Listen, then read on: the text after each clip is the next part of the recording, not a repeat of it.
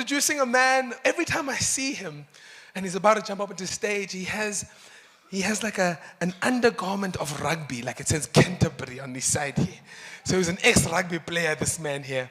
Next up, we have Dr. Tebogo Phaleng, the head of strategic health governance and clinical consulting at Insight. He's a medical doctor with over 23 years of strategic and technical experience.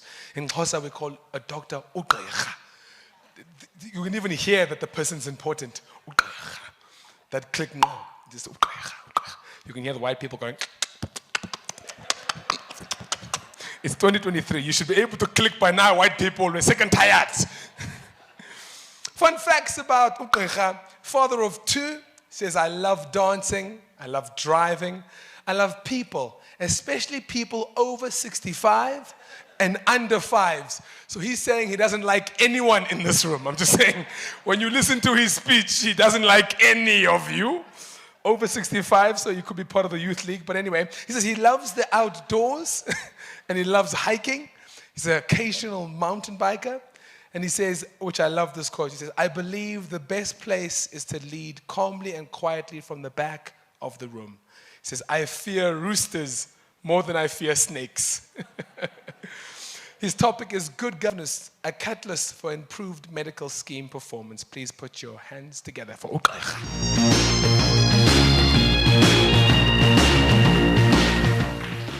You see what I mean? Canterbury, sportsman. Thank you. Good afternoon. How's everybody? Good. That last song should have been my intro for walking in. So, I'm Tebogo Phaleng. My topic for today is governance as a catalyst for medical scheme performance, but I guess these concepts are applicable to any health organization. So I guess when I do this every 3 years or so, I pause and reflect. What are we actually doing? What am I doing? Am I adding value? And if you ask ChatGPT what health workers are passionate about, it'll tell you they're driven by a genuine passion for helping others, improving health outcomes, and making a positive difference in the lives of their patients and communities. And as health workers ourselves, that applies to us. Everyone I meet, whether they're working in a hospital group, medical scheme, etc., they share these traits. And we tend to be very passionate. When we disagree strongly. But the magic is about how we work together and find common ground for the greater good. So, on a global perspective, say, why healthcare? What makes healthcare tick? Why do we have healthcare systems? And how do they contribute? And I'll tell you just in a simple thing, the ultimate goal of a health system is life expectancy. Like everything that you do, all the outcomes, the one premium outcome is life expectancy. And if you can get people to live longer, they're active for much longer, they play in the economy for much longer, they're much more productive, and they ultimately contribute to the prosperity of the country. So actually we're in the game of prosperity. And during the 2 years of COVID, you would have seen the criticality of the health system. The health system had collapsed, the economy will collapse, right? And that's what you see globally. There's an organization called the Legatum Institute. They put together a metric that's called the Prosperity Index. And they benchmark 167 countries or so. And they look at specific measures, right? Social inclusion, openness of the economy and participation within the economy, and people empowerment, right?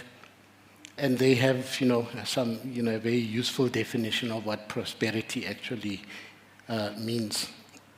And then they have a measurement system. They measure within those 3 domains, 12 measures. It's stuff like protection of personal rights and freedoms, safety and security, etc., governance, social inclusion metrics and community development metrics like healthcare, the state of your education system, etc.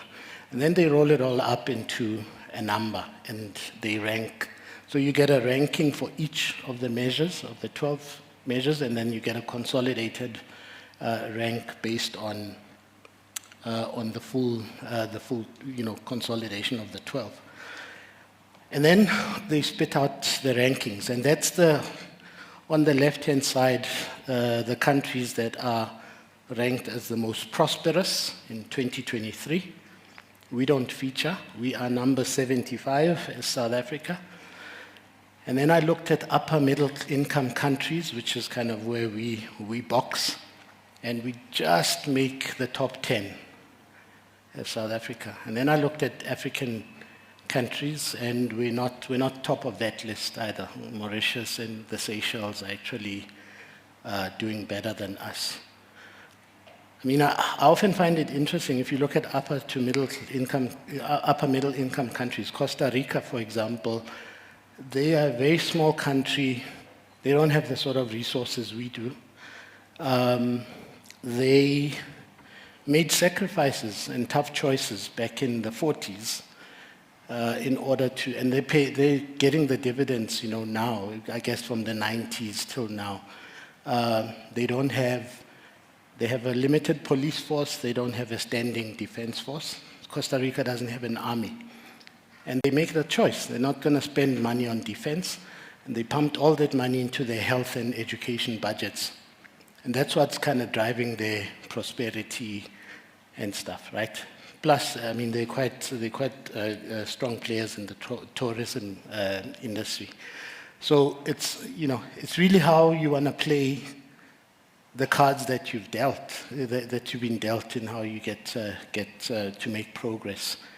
And yeah, I guess, we'll hear maybe in the Q&A what you guys think. I've got my thoughts about how South Africa is doing on that score. So if you come to SA, here's where we were in 2007. Same measures, right? And you'll see that we were ranked number 62. We did fairly well in terms of social inclusion, right? So reasonable governance and social capital, protection of social freedoms, good. Safety and security has always been an issue. But overall, not bad. Openness of the economy, not too bad. Remember, it's 2007, right? We all know what happened after 2007, and I'll show you that just now. But we ranked quite badly on the social empowerment, people empowerment metrics. All of them: education, health, living conditions, how we deal with the natural environment. And those are, I guess, the ones that pulled us down, plus safety and security. And then fast forward, 15, 16 years, we've slipped to number 75, and the difference there is here. Right? Governance, safety and security, the investment environment. We've kind of been static on other economic performance measures, but the quality of our economy has actually dipped.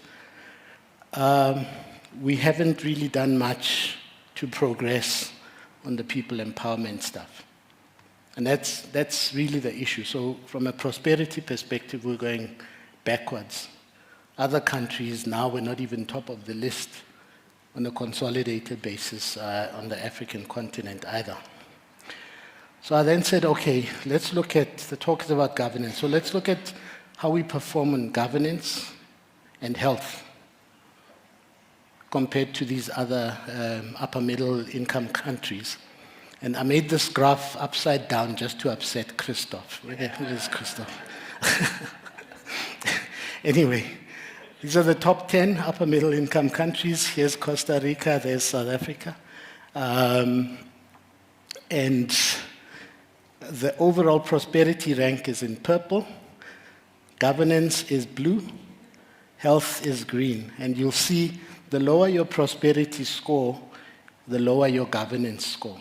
But your governance score tends to track along where you kind of coming out on an overall. The health score deteriorates much, much more. So health seems to pull, quicker and have a bigger impact on overall prosperity.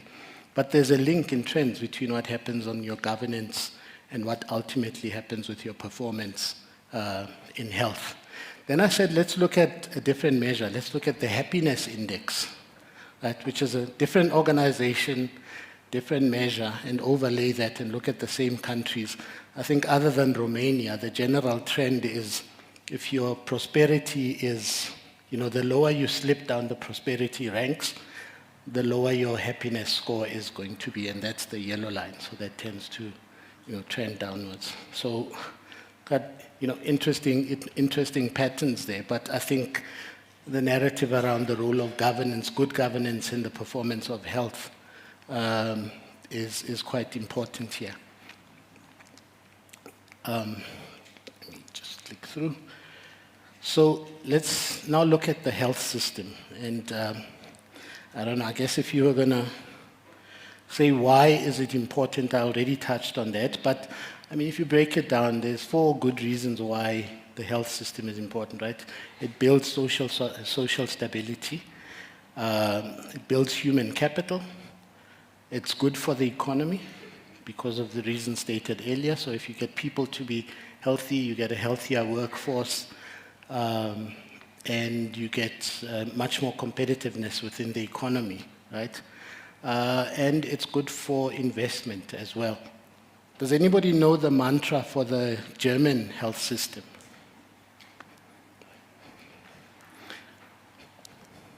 Anybody? Not even Brian Ruff. Fit for work, fit for war. So that's why the Germans do health. They want a population that's fit for health and ready for war. And this is post World War II. But the Brits, the Brits did it for different reasons. The Koreans did it to build social stability. You'll recall between 94 and 96, Nelson Mandela came up with free healthcare for moms and babies. Why? We didn't have the money for that. Social stability. So, these are the reasons we kind of play the health system and it makes a contribution. On the last one, and I saw some of the NHI responses in Parliament, we have to look at the impact from an investment perspective. If you talk to the people at DIRCO, Foreign Affairs, they'll tell you, every time a foreign company wants to invest in SA, they'll approach the government and say, tell us about your education system, tell us about your health system, tell us about safety and security in your country. They look at those 3 factors first. And then they go and say, commercially, can we play, da-da-da-da-da. But when they have to make a call to bring their people, they think of those 3 factors, and healthcare is important for that, right? Because who's going to get their CEOs to come and, top engineers to come live in a country that has a health system that's shoddy and it's not safe? So if you look at the WHO framework for components of a health system, right? It's these 5, I'm sure you know all about them. Service delivery, a health workforce, procurement and contracting, health information systems, funding, the patients at the center. And you say, let's just rank how we perform as South Africa. So if anybody's going to kill me now. This is my view of my assessment of the South African health system. So simple red, amber, green, no greens as far as I'm concerned. So I'm looking at the system as a whole, not just private health. And purple is worse than red. So I think we've got very deep-seated issues with regard to our health workforce. And not so great on health outcomes. I think we've improved life expectancy. I think, mom and baby, maternal mortality. We're tracking in the right direction generally, but we're nowhere near where we should be saying we're performing good enough. And there's various reasons for that. Gary touched on them. demand side, supply side. Oftentimes we forget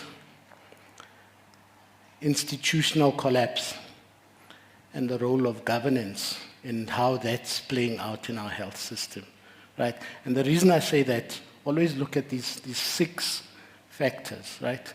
And these are classical factors for institutional decline in any country.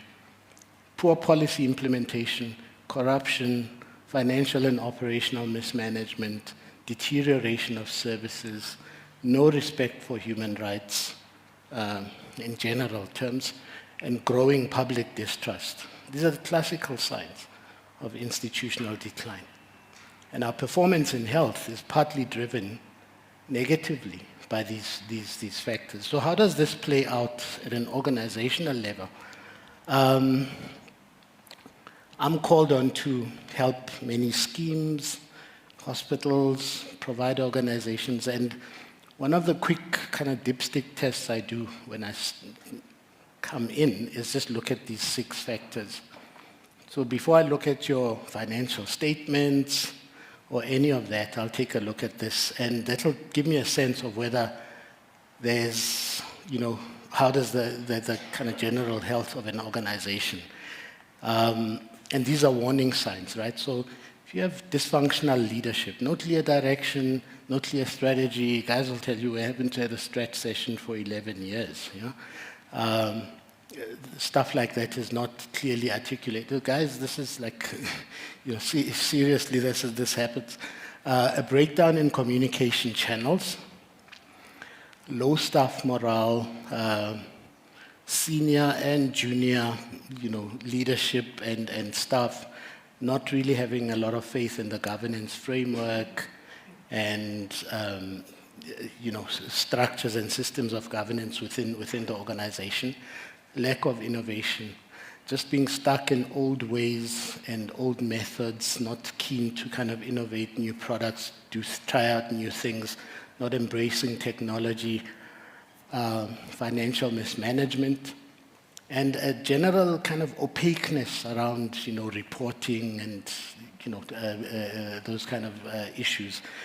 If you have 3 or more of these, I generally know we've got deeper issues than just the kind of 1 data point that we're called in to help with. So I usually just do this, and oftentimes when you've got institutional decline, whether it's at a regulatory or policy level, it'll play out in the entities that are regulated within that framework with these sort of things happening, right? And we see a lot of it. A lot of it is controllable, but you'll see quite a bit of this. And if you don't check on those things and you don't manage them, ultimately you have a post-mortem report that mimics these guys, right? This is not the sort of club I want to hang up with. And the themes are usually similar, right? If you read these case studies, you'll find the same stuff. The board was not monitoring adequately. There were conflicts of interest that were not managed. There were, financial mismanagement, related party transactions because of these conflicts. Accounting irregularities, opaque reporting, because now stuff is happening, you need to report in such a way that you kind of, fudging and hiding stuff. Lack of proper risk management, weak assurance, right? So in some of these case studies, you find that the audit firms were also found wanting, some of them actually complicit. And lastly, it's not all internal. If you look closely enough, you'll find there was some regulator that was sleeping on these companies. So I think, lack of proper kind of activist regulation is also a factor. And I think we can talk about that later in terms of the medical schemes environment. So how do we, just back to governance now and how we then kind of exercise good governance in order to counteract these things. Simply put, my sense of governance is just a way in which you direct, manage, and regulate yourselves within the organization, right? Yes, you've got to have the structures, processes, etc. But we've got a method that we follow, and I'll share a case study of a medical scheme that actually tried this out within the SA environment. So if you look at organizational performance, there's a couple of factors, right? Intrinsic, extrinsic, that drive your performance as an organization. The first set is, on the intrinsic side, it's your design factors. So design factors are like your strategy, your operating model, and your organizational design. Right? So those three kind of are your design piece. Then there's your governance, and that's your structures and processes and systems of accountability. And you've got your external factors, your political environment, legal and regulatory framework, the state of the economy, technology advances within your business environment, your social networks. So is your company kind of part of a broader industry association, or is it part of a global group of companies, those kind of things. And more recently, how you play in terms of how you look after the natural environment. That's become a much more important factor. So 11 factors, but actually 8 of them are well within your control and influence. So definitely the intrinsic factors you can control for. Companies that perform well and boards that perform well tend to also be adept at managing the extrinsic factors. So even if you can't really control for it, but they manage kind of see through kind of 3 years down the line, this is what's going to happen and this is how we need to navigate. On technology, on social networks, and on the legislative and regulatory framework, they tend to respond quite nimbly to those factors. But oftentimes we look at this one here as just a tick box thing, Oftentimes when in the medical scheme space, when you mention governance, I think, oh, yeah, it's those trustees, those union guys, and yeah, we've got a structure, and yeah, we've got policies and processes. Everyone has those. Steinhoff had them, Enron. I mean, it's really about how you exercise governance with, a mindset of guiding performance. So it's not a tick box type thing. So for health, we say your governance framework should be 3 pieces, right? There's your corporate governance elements, there's clinical governance, and there's financial governance. So you should actually focus, kind of divvy it up so that you can actually make it work. And then the process part of it is ensure that your processes should be linked to assessing your coherent decision making, consistency and transparency, information symmetry at various levels, including internal, external, stakeholder participation, so get the right stakeholders involved at the right level on the right issues, and look at alignment of your governance framework overall with the regulatory framework. So the King 4 guidelines provide a nice framework, but extending it into healthcare, it's important because you tend to then just get lost in this block here and forget the other stuff. And oftentimes we get caught by schemes when the CMS now gets involved and asks a whole lot of questions about their governance, etc. So I've looked through enough of the CMS investigation reports, and I see a trend, and this is almost aimed at, if you're doing this right, you need not be scared of a CMS inspection, and you'd be able to kind of respond fairly nimbly and positively to it, right? And what we normally then do is then take that framework, and first bit is just do an assessment, gap analysis, and look at alignment between the frame versus the act, your own scheme rules. A lot of times it's you've written the rules a certain way, but your governance is going in a different direction. So there's often a disjuncture. So you gotta get that aligned. And then we look at the governance and accountability framework, board charter, everything else. And then you gotta link that to outcomes. These are just, it's not an exhaustive list, but it's just an example. But basically, if you think about it, for a health organization, if you're covering functional governance from a kind of corporate governance thinking point of view, and you're looking at adequacy of your funds, and you're covering how you create and enhance value to your key stakeholders. If you do those three things and you focus on outcomes in that respect, you're actually going to do quite well, generally. So here's a case study of a medical scheme. I don't have permission to, I wished I could mention them by name, so I have permission to share the info, but not really to share who it is. But this is over a period of about 6 years, right? This is a scheme that was in trouble, below statutory kind of requirements for solvency.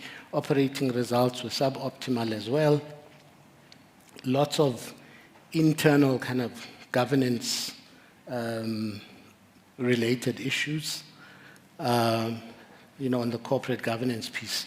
And I worked with the board and the executive committee to kind of say, okay, they did the full hog, right? If you remember my performance slide, they did a strategic review, they did a business model, operating model review, they looked at the organizational structure, and then the board said, now that we have all of that, can we just look at our governance in terms of how we're going to hold ourselves accountable against all of these objectives? And they came up with, this is basically what they decided to focus on. So down to the level of saying, we want, from a corporate governance perspective, to protect people who report managers or executives that are, acting outside of the spirit of what we're trying to do. So they looked at all of, these things, including strategic alignment, to say, we want to deliver value. What are we doing strategically, and does it align operationally on a day-to-day to what our aims are? Clinical governance, they wanted to pay more attention to their own intrinsic risks. They looked at their burden of disease, and they wanted to measure that on a regular basis.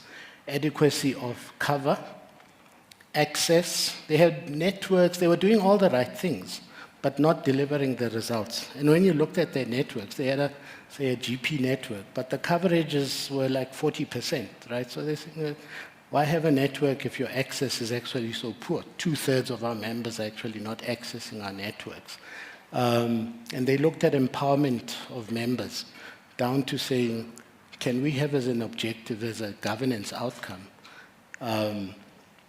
looking at our members and making sure that they have access to digital communication channels. So a lot of this would be somewhere in your kind of operational day-to-day thing, but this was now up to the board saying, we're going to monitor, and every year we're going to look back and reflect on how we're performing against these. On the financials, yes, operating result and solvency is ultimate, but they said on a month-by-month, there's certain things that drive our performance in terms of the operating result down the line, and we want to have a sense of where we were. So we built a little kind of early warning system for them.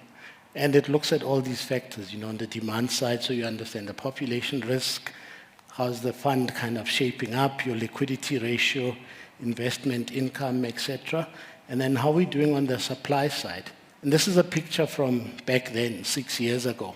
So these two things were impacted, but for some reason they didn't realize kind of the impact of a simple decision. The actuary says, you should go with 8% contribution increase. The board decides, no, we'll do 6.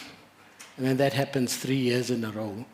And then suddenly your numbers are looking, and you can't really kind of, the impact of a decision point is not material. So this was meant to kind of say, monitor on a month or quarterly basis. You're going the wrong way on the minor detail, and ultimately it's going to impact that. And that's basically how they decided to manage this.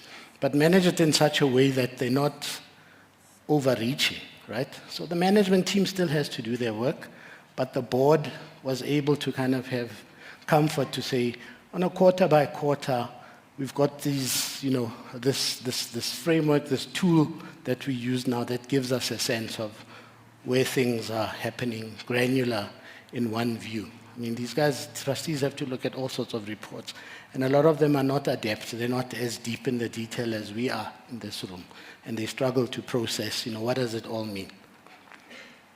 And over that period, they're now surplus making. They're well above the statutory requirements for solvency.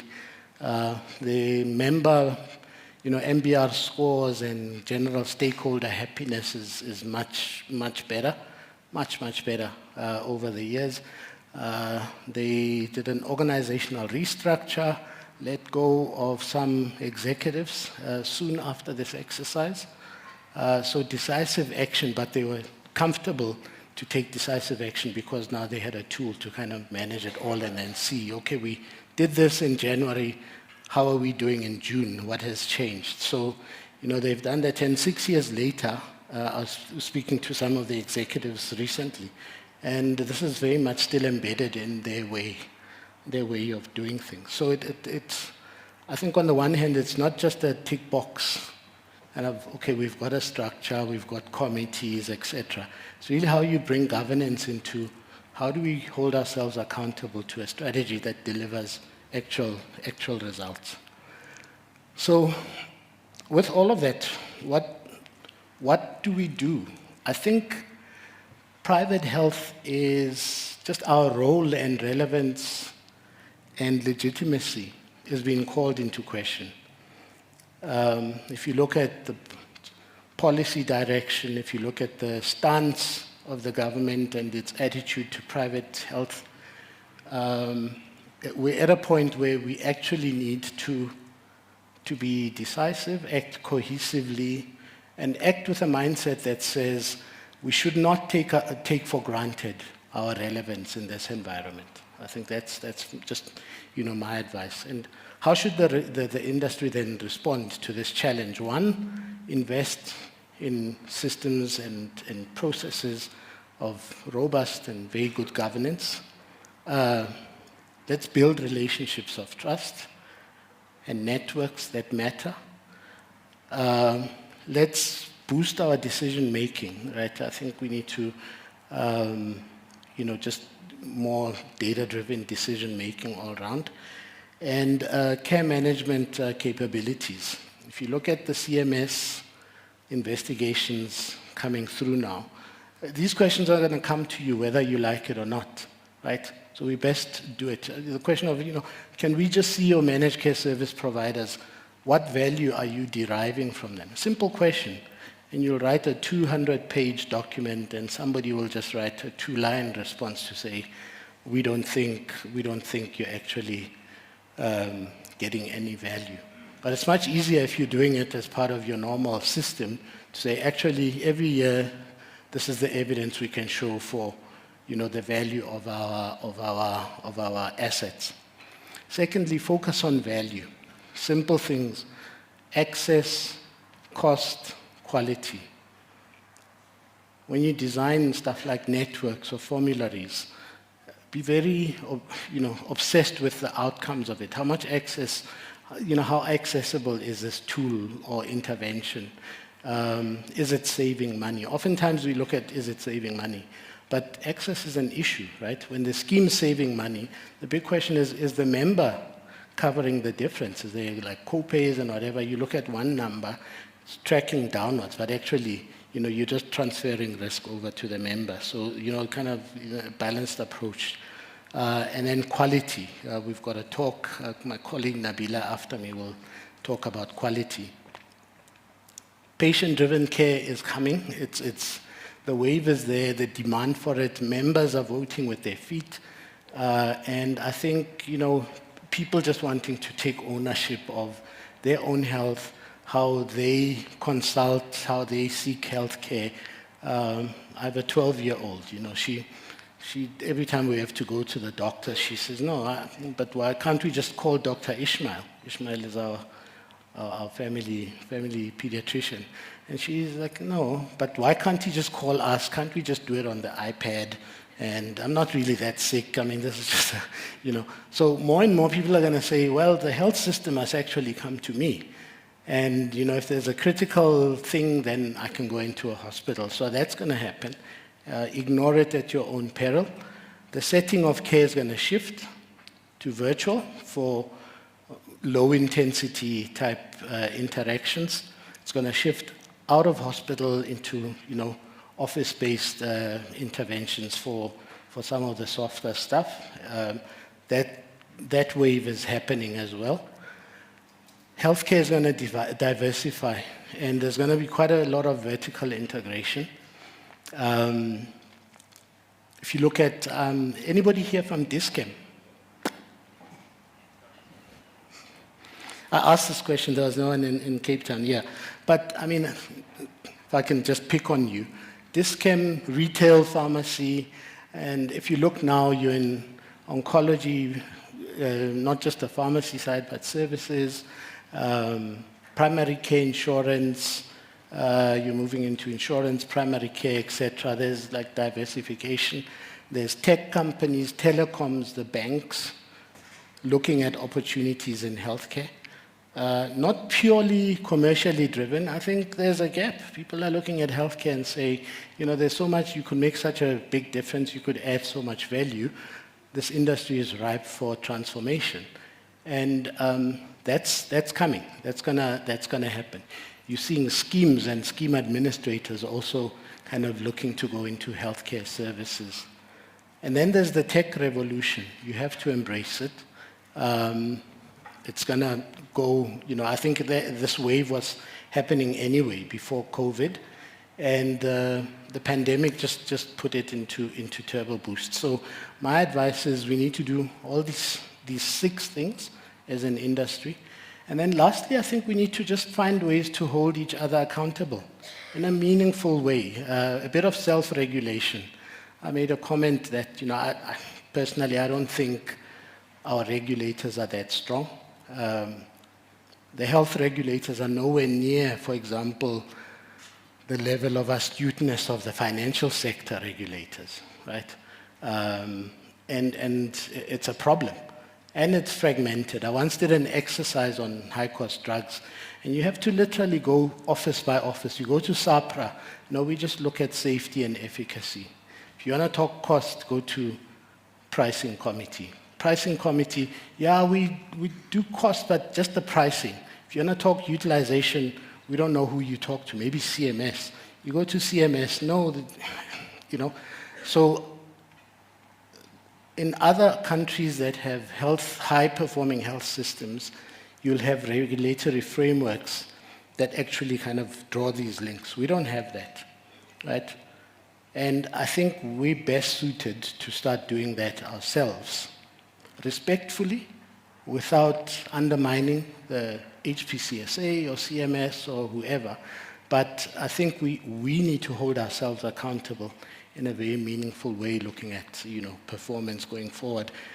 And a lot of this, as I stated earlier, is well within our scope of influence and control. So it's not like we can't really do it, but I think the method matters.